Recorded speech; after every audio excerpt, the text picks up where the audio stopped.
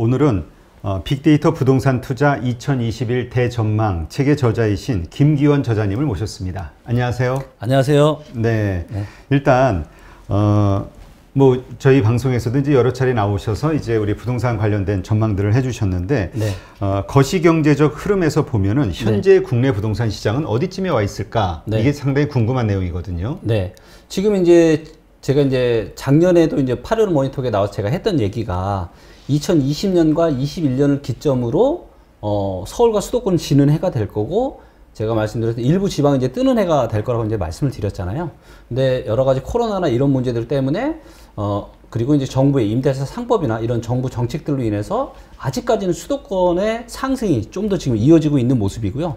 하지만 지방은 데이터가 예측했던 대로 작년 초 중순서부터 지금 계속 이제 반등해서 현재 올라오고 있는 상황인데, 그래서 이제 조금 두 흐름을 좀 달리해서 봐야 되는데요. 하지만 서울과 수도권 위주로 놓고 보게 된다면 지금은 정말로 상당히 위험한 국면에 있다. 예, 그렇게 말씀드릴 수가 있겠습니다. 네. 일단 지금 뭐 코로나 사태 때문에 일단 전 세계적으로 유동성이 엄청나게 풀렸잖아요. 맞습니다. 예, 그게 이제 한국에서도 금융자산 시장의 어떤 버블 혹은 큰 상승을 이끌고 있는 원동력이 되고 있는데 어떻습니까? 이 부동산 시장에는 이 유동성 증가가 어떤 영향을 미치고 있나요? 네. 사실 이제 부동산 시장이 계속 이제 올라갈 수밖에, 그러니까 중장기적으로 우상향할 수밖에 없는 이유는 뭐냐면 부동산의 총량은 정해져 있어요. 그러니까 부동산은 건축물과 토지로 이루어져 있는데 사람이 자주 왕래하는 토지는 이미 정해져 있잖아요. 그리고 건축물은 또 늙잖아요. 근데 오래된 건축물에서 살고 싶은 사람은 아무도 없죠. 누구나 새 집을 원하는데, 그렇기 때문에 전체적인 부동산의 총량은 정해져 있는데 통화량은 계속 늘어나죠. 그렇기 때문에 이 두 개를 서로 바꾸는 거라, 그렇기 때문에 부동산은 인플레이션 때문에 계속 올라갈 가능성이 많은데, 작년에 3월 달에 이제 코로나 사태로 인해서 사상 유례를 찾아보기 힘들 정도로 엄청난 지금 유동성을 풀었습니다.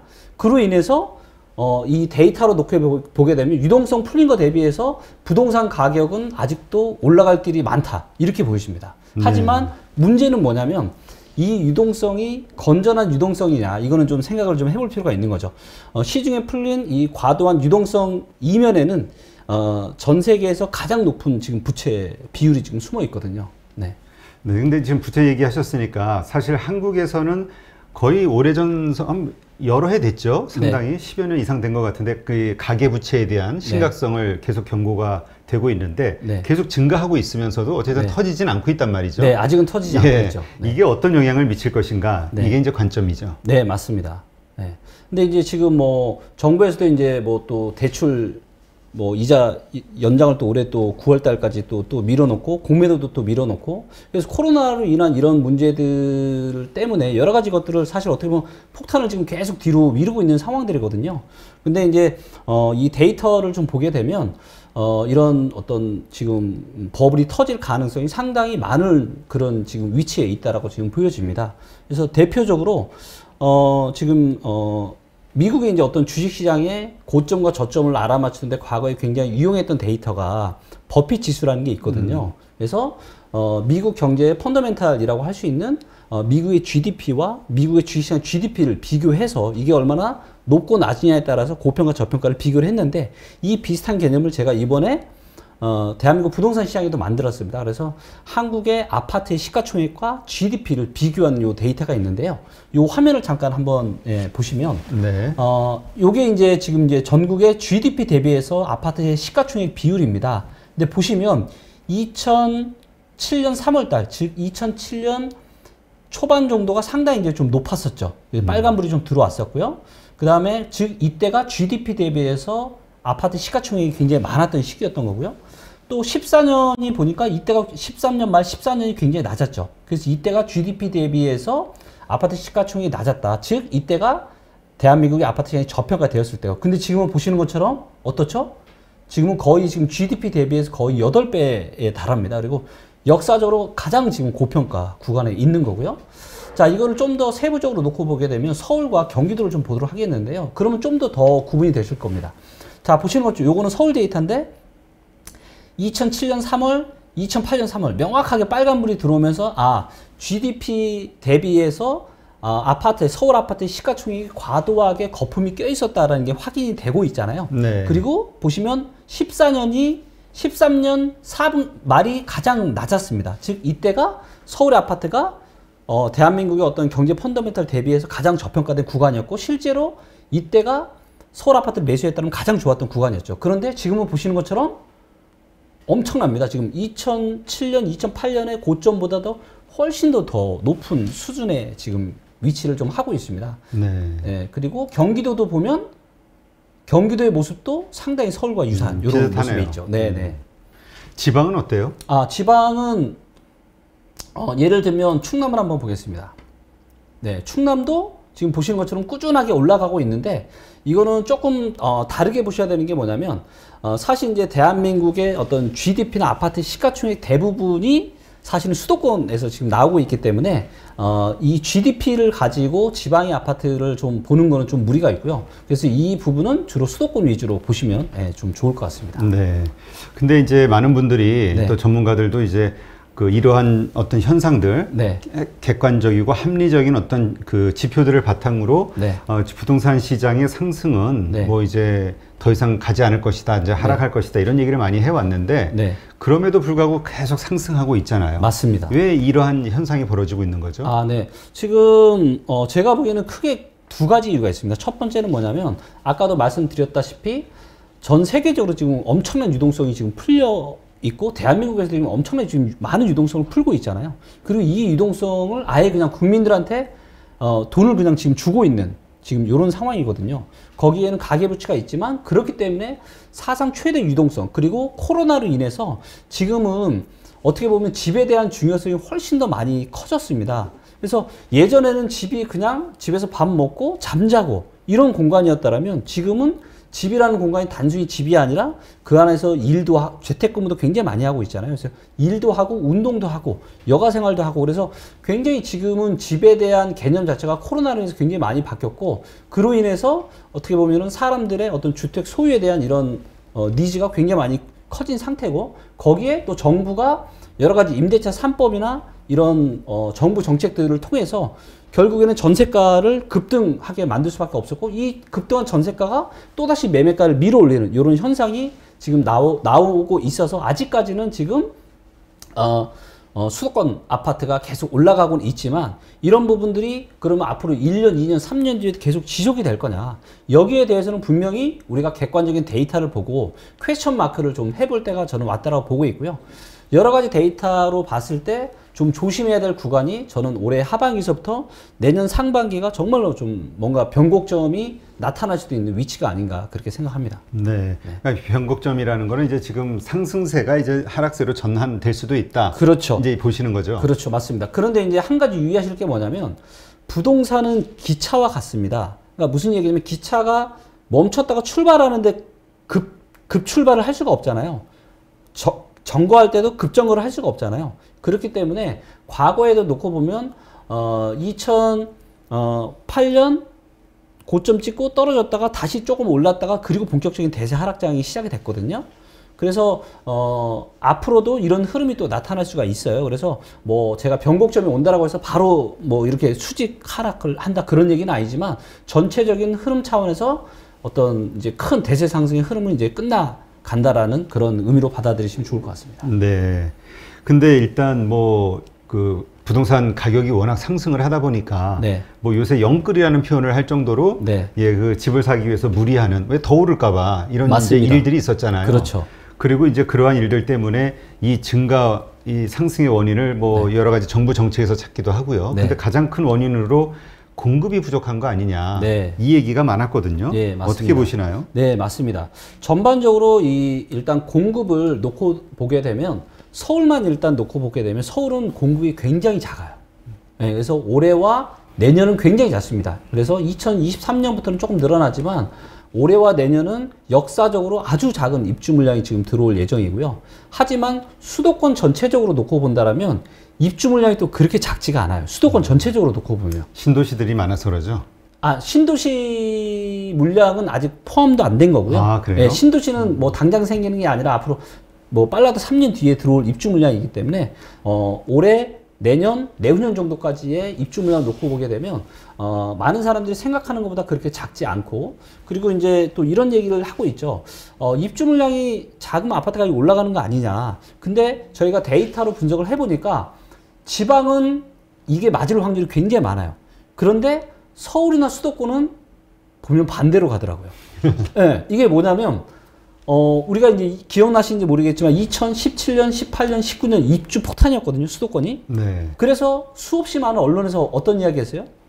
네, 입주 폭탄이니까 가격 떨어질 거니까 거기다가 정부가 강력하게 규제를 하니까 더 이상 못 오른다. 이런 다 전망을 했었지만 과거를 지나놓고 보니까 어떻게 됐어요? 다 틀렸잖아요. 그렇죠. 근데 이런 일이 언제도 발생을 했냐면 2002년, 3년, 4년, 5년 이때도 입주 물량이 꽤 많았거든요. 근데도 그때도 많이 올랐어요, 수도권이. 그리고 수도권 아파트의 입주물량이 많이 줄어들었던 2010년, 11년, 12년, 13년 이때가 수도권의 입주물량이 되게 작았거든요. 그런데 이때 사실은 대세 하락이 왔었죠. 네.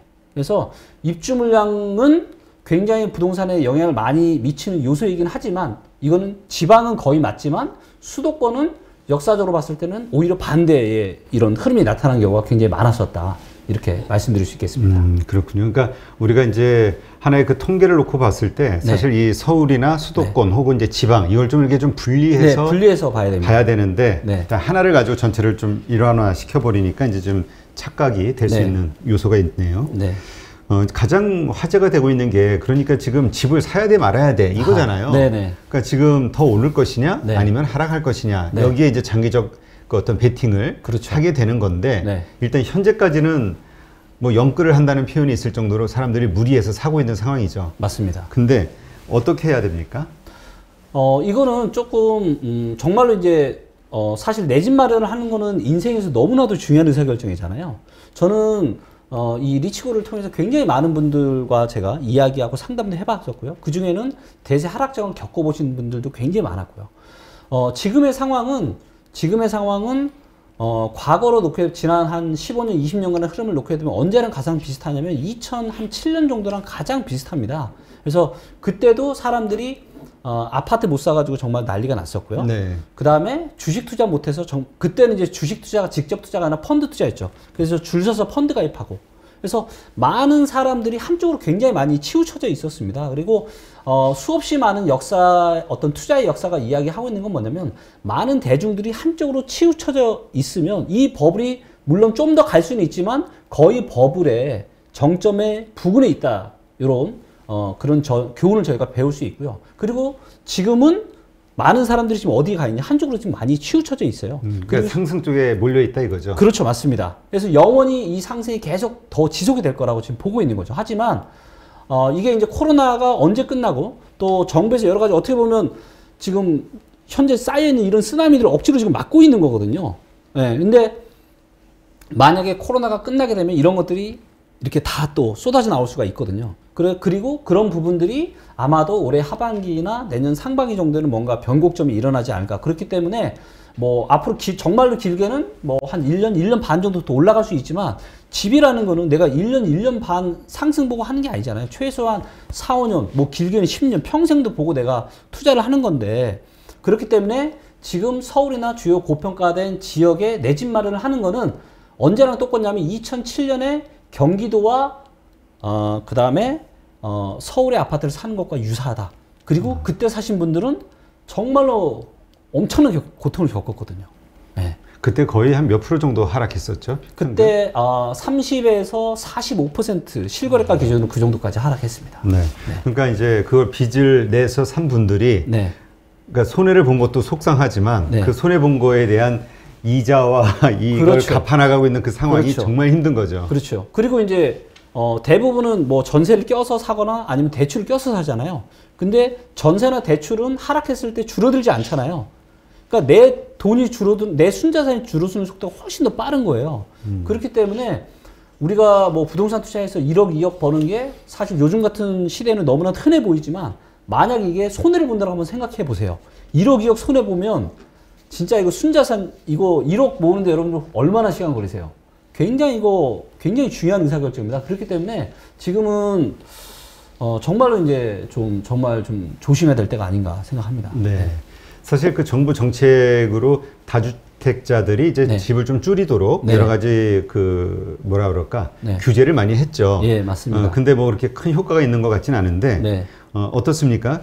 그러한 상황으로 인해서 그 회자된 이야기가 이제 네. 똘똘한 한 채로 집중을 맞습니다. 하자 이런 그렇죠. 얘기가 나왔잖아요. 예, 예. 예. 그리고 실제로 똘똘한 한 채의 이런 전략은 저는 상당히 괜찮은 전략이라고 봅니다. 예, 지금처럼 코로나 이 사태가 사실은 언제 또 재발이 될지도 모르고 앞으로 코로나가 끝난다 할지라도 많은 전문가들이 이야기하는 게 코로나와 같은 일들은 앞으로도 얼마든지 발생할 수 있다 이런 이야기를 하고 있고 그렇다면 결국에는 집에 대한 어떤 소중함은 훨씬 더 커질 거고 그렇기 때문에 똘똘한 한 채로 이런 하시는 전략은 저는 상당히 괜찮은 전략이라고 보여집니다. 네. 그러면 우리가 이 똘똘한 한 채의 정의를 어떻게 가져야 될까요? 똘똘한 한 채의 정의를 이렇게 좀 가져가시면 좋을 것 같아요. 이제 이게 또 이것도 지역마다 다 다른데 일단은 뭐 서울의 시청자분들이 많으니까 서울 위주로 이제 좀 말씀을 좀 드리면 서울에 지금 신축 아파트, 즉 새 아파트가 부족한 것은 분명한 사실입니다. 그렇기 때문에 만약에 똘똘한 한 채를 옮겨 타실 전략이라면 새 아파트가 좋고요. 그 다음에 소형이나 그러니까 얼마 전까지만 하더라도 우리가 뭐 1인 2인 가구가 많아질 거다. 네. 그래서 소형 아파트가 인기를 끌 거다 이런 얘기들이 많았잖아요. 그런데 코로나로 인해서 이게 지금 뒤바뀌고 있습니다. 그렇기 때문에 지금은 왜냐면 집이라는 공간이 말 그대로 그냥 단순한 집이라는 공간이 아니거든요. 일터도 되고 뭐 여러 가지 이런 다융합 이런 공간이 지금 되고 있기 때문에 그래서 많은 사람들이 좀 더 큰 집에 대한 이런 수요들이 많아지고 있거든요. 그래서 신축과 어떤 중형 이상의 그런 평형대 위주로 똘똘한 한 채 전략을 가져가시면 좋을 것 같습니다. 네. 그러면 네. 그 아까 말씀하셨듯이 내년도가 어떤 변곡점이 될 수 있다. 그러면 일단 그 아직 매수하지 않은 분들의 입장에서는 네. 어느 지역을 살 것인가 미리 이렇게 선정을 해놓으면서 때를 기다리는 게 낫다라고 보시는 건가요? 예, 맞습니다.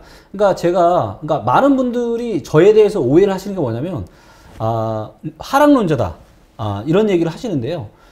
저는 절대로 하락론자가 아닙니다. 예, 저는 다양한 데이터를 보면서 모든 지역을 다 서로 비교 분석을 해서 데이터가 안 좋아지는 지역은 관심을 좀 줄이고 데이터가 좋아지는 지역에 투자하자. 그래서 제가 작년에도 지방 아파트에 수도권에 투자하는 것보다는 지방 아파트에 투자하는 게 좋다는 이야기를 제가 누누이 말씀드렸었고 실제로 지나보니까 어떻게 됐어요?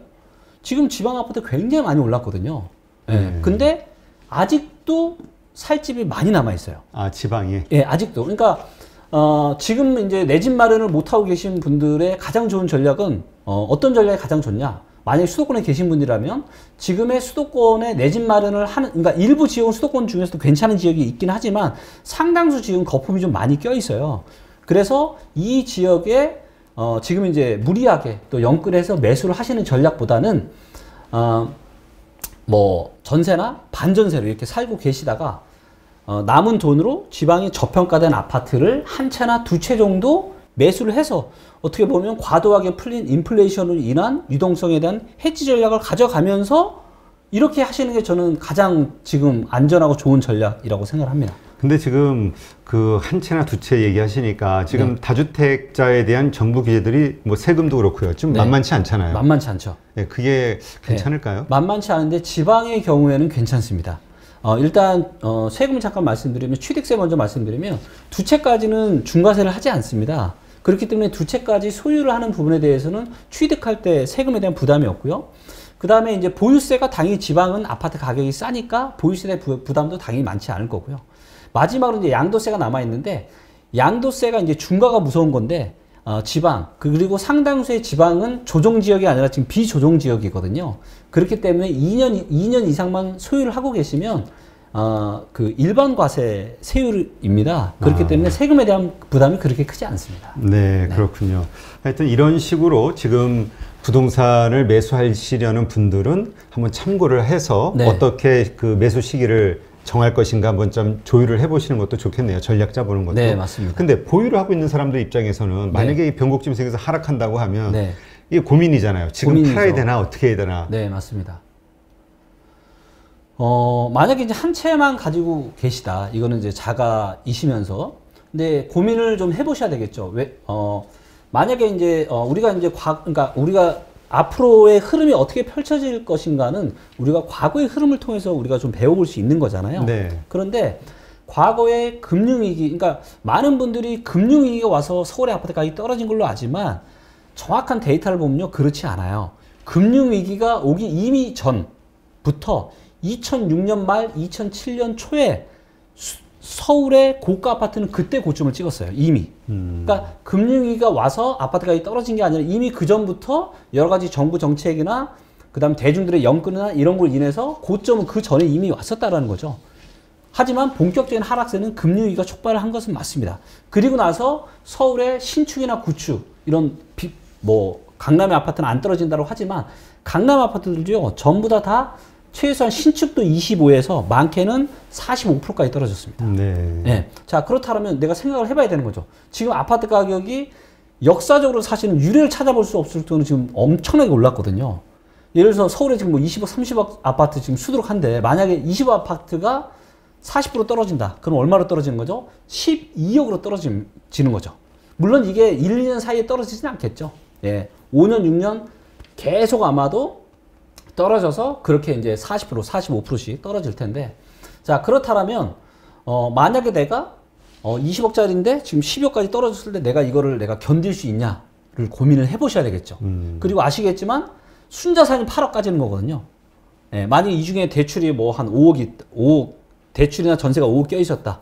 그러면 20억에서 5억이면은 내 원래 순자산은 15억인데 8억이 줄어드는 거니까 그럼 내 순자산이 15억에서 7억으로 줄어드는 거거든요. 네. 네. 그렇기 때문에 이런 고민을 진지하게 하시는 시청자분이라면 저는 고민을 좀 해보시는 게 저는 좋을 것 같습니다. 그러니까 매도의 시점도. 네, 그렇죠. 알겠습니다. 그러니까 네. 그 자기가 계속 산다, 뭐 보유하고 살면서 이제 네. 갚아나간다 이런 사람들은 뭐 의미가 괜찮은데 네. 이제 영끌한 분들 이런 그렇죠. 분들 상황에서는 빚이 많은 분들은 네. 고민이 될 수 있겠네요. 네, 상당히 좀 고민을 좀 해보셔야 되는 시점이 온 것 같습니다. 네, 알겠습니다.